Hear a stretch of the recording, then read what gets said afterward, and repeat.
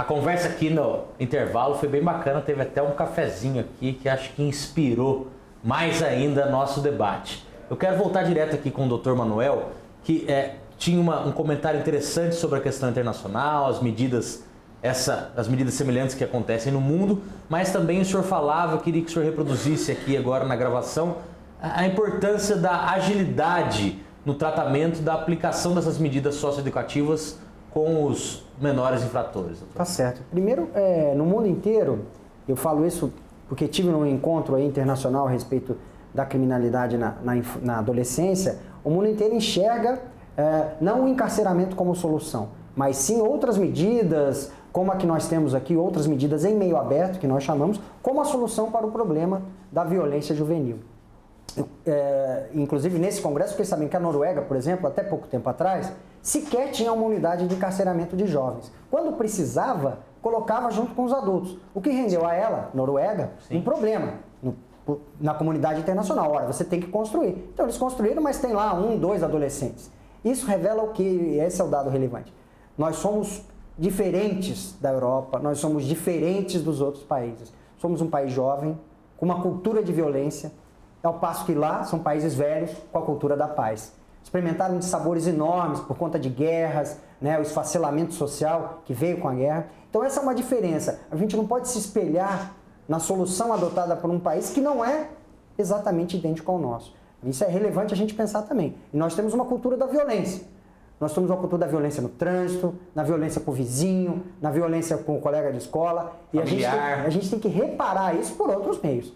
Né? É só essa observação que eu queria fazer. Em relação à agilidade, exatamente a agilidade no processo socioeducativo é importante na vara da infância e até mesmo nos conselhos tutelares e na escola também, quando elas se propõem a fazer um trabalho de mediação da violência escolar. Por quê? Exatamente pela transformação rápida do cérebro do adolescente. Se nós não agirmos naquele ponto exatamente agora para dizer, olha, está errado, não é assim, você vai sofrer uma consequência, se nós esperarmos 30, 60, 90 dias para darmos uma resposta àquele adolescente, ele vai compreender o quê? Que aquilo realmente não teve não deu nenhum problema para ele. Né? Não teve uma resposta da sociedade, ou da justiça, ou da escola para ele. E aí ele volta nesses 30, 60, 90 dias a repetir aquela conduta que ele praticou. E essa sensação de impunidade nesse curto espaço de tempo é que pode gerar essa reiteração da atividade infracional que você vê o adolescente com 6, 8, 10, 12 passagens. Por quê? Porque a gente não foi eficaz a ponto de rapidamente dar uma resposta para ele. Sim. Por isso que tem que ser imediata. Né? É um dos princípios da justiça da infância e juventude, é a celeridade, a rapidez e a informalidade. Quer dizer, nós não somos... A justiça da infância e juventude não é tão formal quanto uma justiça para adulto. Perfeito. Exatamente para prestigiar a rapidez. E até para dialogar melhor com eles. Né? A demora acaba saindo do dinamismo que tem a vida cultural, exatamente. A própria dia a dia. Formatação do jovem. Professora, o Brasil mata mais do que países em guerra no mundo. Né? O Dr. Manuel falava da cultura da violência, a criminalidade, especialmente... A criminalidade contra jovens negros, inclusive, no Brasil, que é um problema muito grave. Assim, há números vergonhosos. Países em guerra matam menos. A senhora tinha um número. Eu dei um número equivocado no primeiro bloco, que era de 15 mil mortes, né? Na verdade, o número é de 56.337 vítimas de homicídio em 2012. Mais da metade eram jovens e 77% negros e 93% homens. Então, esses jovens, né, que são assassinados todos os dias, enquanto a gente está aqui conversando, foi assassinado um jovem na periferia no Brasil. Né? Nesse período que a gente está conversando aqui. Essas pessoas são historicamente esquecidas. Né? A gente só lembra delas quando elas vão lá e têm uma arma na mão e cometem um assassinato. Né? Ou quando picham o muro das nossas casas. Ou picham o muro da casa e a gente, né? Então, eu acho que é uma tristeza, né? Deveria estar todo mundo em luto, deveria estar todo mundo na rua gritando para não morrer mais jovens, né? Porque a gente corta na raiz as possibilidades que a gente tem de futuro como nação. Né? Quando a gente expõem esse número exorbitante, assim. 304 mil pessoas, é quase uma cidade de Taubaté inteira em 10 anos, morrendo só de jovens no Brasil. É assustador. Né? A nossa principal riqueza, né? Exato. É o futuro. Capitão, mudando um pouco de assunto aqui, mas sendo bastante direto, a gente vai colocando umas pitadas aqui, uns elementos dessa discussão. Aprovada a redução da maioridade penal. A PM vai ter mais, digamos, força punitiva, a repreensão, porque vai haver ali um novo encaminhamento daquele jovem apreendido acima de 16 anos. A gente escuta muito do sistema prisional. O que fazer com esses jovens se a gente tem uma média no Brasil de 1,7 presos por vaga que estaria disponível? Ou seja, se nós temos 1.000 vagas de presídio, a média brasileira é que existem 1.700 presos dentro desses presídios. E se a gente tiver que incluir esses jovens, qual que é a solução? O que vai fazer? Tem vaga? Primeiro, eu não diria que aumentaria a capacidade punitiva, né? Se ocorrer essa diminuição, seria mais uma forma de tentar, não que seja certo, né? Evitar que o jovem cometa crime. Né? Por quê? Se ele tem uma sensação de punidade ou de punição maior. Da mesma forma, no sentido contrário, que já foi comentado anteriormente, nós reduziríamos, por exemplo, para 16 anos, que algumas propostas falam sobre isso aí. Será que não vão recrutar jovens ou adolescentes, melhor dizendo, com uma idade menor que essa? É uma outra preocupação, né? Principalmente se envolvendo questão de tráfico de entorpecente. Hoje, a gente já percebe isso e a gente tem um contato muito direto com o Judiciário, com o Ministério Público. Nós já temos falta de vagas para internação de adolescente, muitas vezes quando precisa, né? Em alguns casos. Já na internação já tem, né? Falta. Até porque houve uma mudança de sistema, né? Nós tínhamos um sistema diferente antes, quando nós tínhamos a FEBEM, né? A antiga FEBEM, até ter uma experiência nessa área, porque sou formado em Educação Física e à época que eu fiz curso de Educação Física, nós fomos convocados para ministrar aula num período lá, porque aquilo já era uma bomba relógio, a FEBEM, na época. Correto. E tivemos alguns relatos naqueles momentos, né, de adolescentes envolvidos. E eu acho que nós, tendo essa redução efetiva, não significa que vamos resolver todos os problemas. Não vamos, não. Né? Vamos remediar. Esse encarceramento não creio que vá resolver o problema no sentido de que onde nós vamos colocar essa pergunta, né? E me parece que tem a vontade política de que essas prisões fiquem cada vez mais lotadas, porque aí você pode dizer, olha só como os nossos presídios públicos não funcionam, vamos privatizar. Tem um dado também que é bem interessante, que os deputados que estão envolvidos nessa proposta de retomar, né, tirar das catacumbas dos anos 90 essa proposta, né, e eles todos receberam fundos de campanha das empresas envolvidas nos serviços para presídios, né, empresas multinacionais que têm interesse que o Brasil privatize os presídios. Né? Então, tem muitos interesses econômicos também atrás dessas questões. A gente não pode esquecer disso, né? Porque, afinal, essas empresas fazem parte da sociedade e tem um lobby, embora a gente não tenha isso legalmente, a gente sabe que isso funciona assim. Né?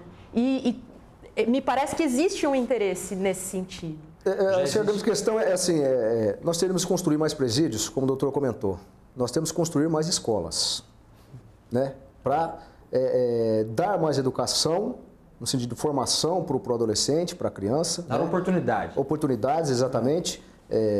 Tem um termo até, que a gente fala, mente vazia, oficina do diabo. Né? Então tem que dar o que fazer para esse adolescente. Aqui a gente fala diabo com maior facilidade, capitão. Tranquilo. Então, mas a gente não vai. A intenção não é construir mais presídio. Se tiver que construir, assim que tiver que privatizar, que nós tenhamos modelos efetivamente que possam ressocializar, né? Que possam realmente recuperar não só o adolescente, mas também o adulto. né, para torná-lo digno, né, ou melhor para viver em sociedade posteriormente. Me parece um contrassenso, porque se você privatiza o lucro deles é quanto mais eu tiver pessoas presas, mais dinheiro eu posso ganhar. Então, me parece um contrassenso. Né, critérios de recuperação. A gente vê alguns modelos, eu falo até em termos de estrutura física mesmo, né? Construção física. Nós temos uma área prisional grande aqui na região, né? Já tive a experiência de entrar mais de uma vez. Dos oficiais que tem aqui, eu sou um dos que mais entrou em presídio aqui. Miranda entrou com a gente. Dos oficiais. E a gente via que realmente não tinha nenhuma situação de recuperação, né? Mas alguns modelos que a gente vê internacionalmente, alguns, não todos, em termos de estruturação.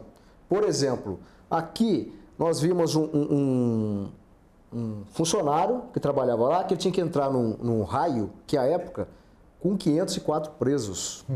E uma das situações, ele teve que sair, porque o pessoal começou a falar, é o seu X, nome dele lá, né? Começou a apurrinhar tanto que ele ficou totalmente estressado. Tiraram do raio. Imagina. Então, não dá para recuperar, certo? Isso tanto para o adulto quanto para o adolescente. A gente tem que ter uma reorganização, né? De vários sentidos, vários aspectos. Paulo, vou passar uma bola para você agora, mas antes eu quero fazer um comentário. Nessa pesquisa se eu não matar, eu não passo, isso, você joga, você volta, recupera. Essa pesquisa que eu fiz para a gente tentar mediar minimamente o debate com algumas pitadas, a pitada que eu quero dar agora é o seguinte, para a gente encerrar um pouco esse tema do sistema penitenciário, que não há discussão, né? Falido. Falido no Brasil inteiro, não, né? E é uma discussão que deveria preceder a discussão da redução. Mas enfim, eu sou mediador. E nessa pesquisa eu identifiquei o seguinte, já há um modelo de edital no Brasil que dá conta de parceria público-privada para a construção de presídios e que nos editais há a previsão de que o governo estadual, eu não vou falar aqui que estado que preciso apurar essa informação, mas que o governo tem que garantir uma frequência mínima de 94% de presos no presídio. Então isso é a piada pronta, né? Vamos dizer, você tem que garantir aqui. E não é exclusividade do Brasil, não. Na pesquisa eu também identifiquei que isso é um problema que os Estados Unidos enfrentam. Os Estados Unidos têm a maior população carcerária. Mas vamos sair desse cárcere e vamos falar o seguinte, Paulo, você é o representante do povo, ligado à área da segurança, legitimado, vereador eleito em Taubaté.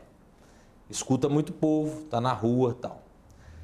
A gente identifica muitos argumentos contra a redução da maioridade, com bastante lógica, né? Eu vejo que esses argumentos contra a redução têm mais lógica e são em maior número do que os argumentos a favor da redução. No entanto, a gente tem visto pesquisa no Brasil de que 90% da população, ou seja, 9 em cada 10 pessoas, 8 em cada 10 pessoas, são a favor da redução da maioridade penal. Se é tanto assim, quer dizer que até os afetados pela redução da maioridade penal estão falando a favor. Os familiares, né? As pessoas diretamente envolvidas. Que leitura você faz disso? O povo está se sentindo ameaçado, está com medo da violência, acha que é essa a saída? O que você vê nesse sentido? Eu acho que, na minha modesta experiência, João, eu acho assim, não, as pessoas acham e pensam de alguma forma, uma delas a impunidade, né? O menor faz, acontece e nada acontece. Sim. Né? Tipo assim, não é que nada acontece, né? Cada um tem a sua bagagem, né? A Polícia Militar tem a sua, a Polícia Civil tem a sua, o Ministério Público tem a sua, ele não pode fazer nada mais daquilo que está escrito e o próprio Judiciário. Então eu acho que a população, entre aspas, está cansado, sabe? A gente tem experiência aqui perto da gente, na Imecal, a semana passada, um senhor que aposentou faz, eu acho que 2 ou 3 anos, chegou 2 adolescentes, aparentemente são adolescentes, e deram um tiro no pescoço do cara. Quer dizer, depois de uma semana morreu. Morreu de domingo para segunda ou de sábado para domingo. aqui na Rua 7, na Imecal. Quer dizer, o cara espera a vida inteira, aí compra uma caminhonete, quer dizer... Então, eu acho que a insatisfação do povo é isso, porque acha que nada acontece. E o próprio menor, talvez, aquilo que o capitão e o doutor promotor falou, que ele não tem consequência daquilo que possa acontecer. Eu vou matar mesmo e daí... É inconsequente, né? Ele faz, na verdade, naquela, sabe? Então, eu acho que é isso, João. Eu acho que é a impunidade.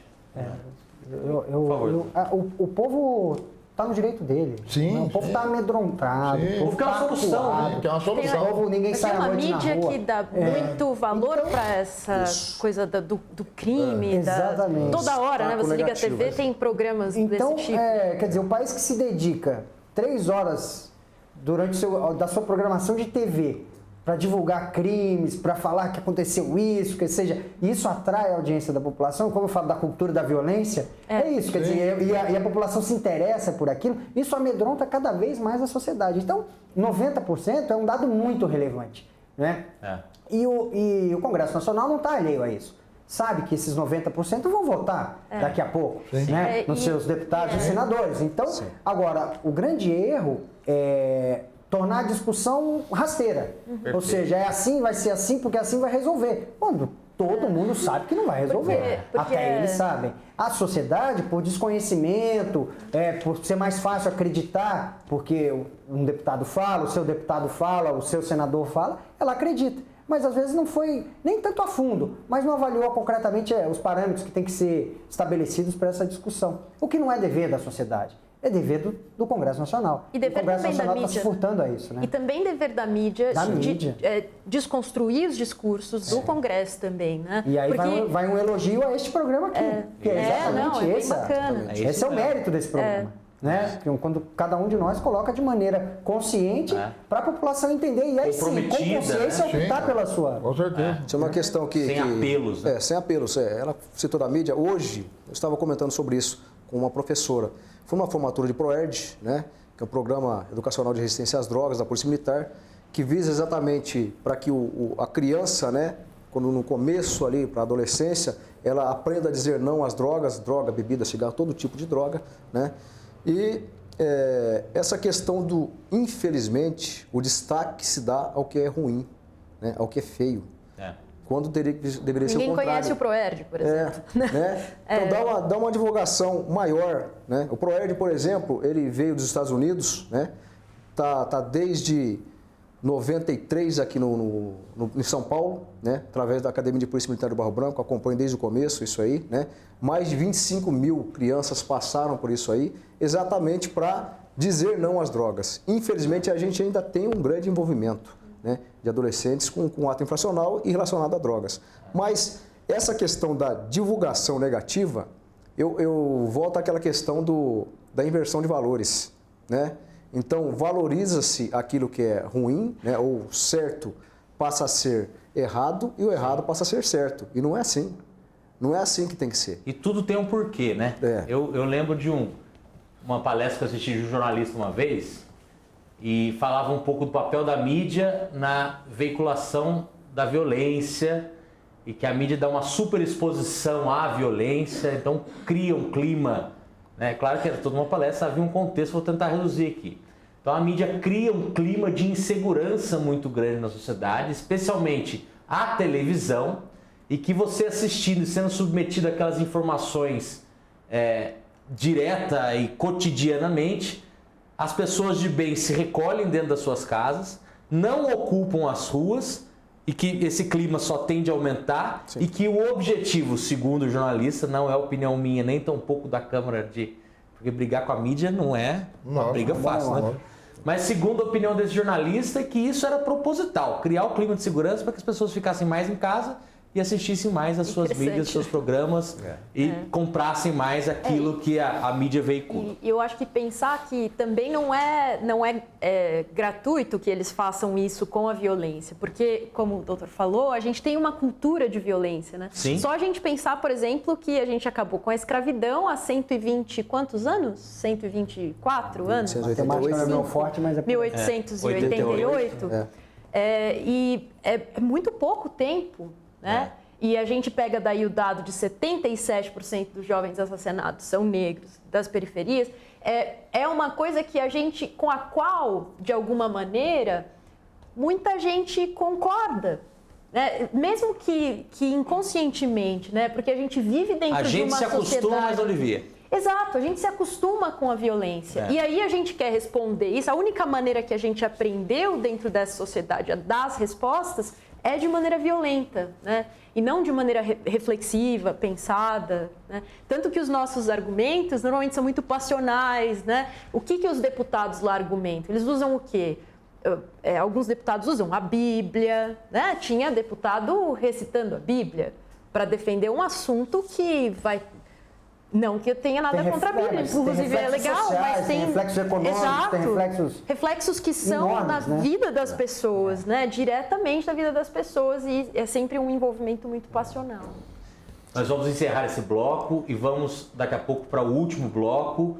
E esse último bloco nós queremos dedicar um pouco aqui às propostas. Vamos ver se a gente tira propostas desses especialistas aqui e que, de certa forma, a gente possa encaminhar e contribuir para o debate que está acontecendo lá. Porque os congressistas federais são os responsáveis para dar o encaminhamento que a gente espera seja o mais correto para essa questão que é do Brasil, que é de todos os brasileiros, que é de toda a sociedade. A gente volta já.